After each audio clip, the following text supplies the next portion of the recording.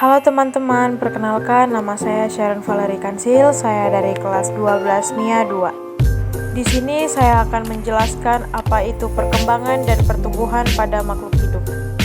Pertumbuhan merupakan perubahan fisik yang terjadi seperti volume, tinggi, dan massa karena adanya pertambahan sel-sel di dalam tubuh dan bersifat irreversible. Proses ini bersifat kuantitatif, artinya dapat dinyatakan dengan suatu bilangan. Lalu yang kedua yaitu perkembangan.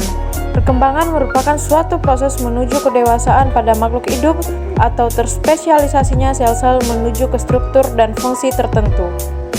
Proses ini bersifat kualitatif, artinya tidak dapat dinyatakan dengan suatu bilangan. Lalu yang berikut yaitu jenis-jenis pertumbuhan.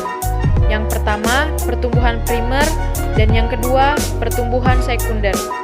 Pertumbuhan primer ialah hasil aktivitas pembelahan sel-sel jaringan meristem primer.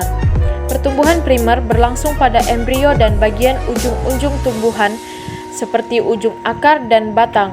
Pertumbuhan yang dapat terlihat karena adanya pertumbuhan primer adalah tanaman menjadi lebih panjang dan tinggi. Pertumbuhan sekunder adalah hasil aktivitas sel-sel jaringan meristem sekunder, yaitu kambium. Pertumbuhan sekunder dijumpai pada tumbuhan dikotil dan gimnospermae. Akibat pertumbuhan sekunder, bagian batang akan membesar. Lalu yang berikut yaitu fase atau tahap pertumbuhan. Fase tahap pertumbuhan dapat dibedakan menjadi dua macam, yaitu fase perkecambahan serta fase pertumbuhan dan perkembangan organ tubuh tumbuhan. Yang pertama, fase perkecambahan, yaitu permulaan pertumbuhan embrio di dalam biji. Perkecambahan ditandai dengan munculnya radikula menembus kulit biji, yang diikuti munculnya plantula atau tanaman biji dari dalam biji. Lalu yang berikut yaitu urutan proses perkecambahan. Jenis-jenis perkecambahan. Yang pertama ialah perkecambahan epigeal, dan yang kedua yaitu perkecambahan hipogeal. Lalu yang kedua yaitu pertumbuhan dan perkembangan organ tubuh tumbuhan. Biasa terjadi pada bagian meristem yaitu di ujung akar dan batang. Pertumbuhan dan perkembangan yang terjadi pada batang.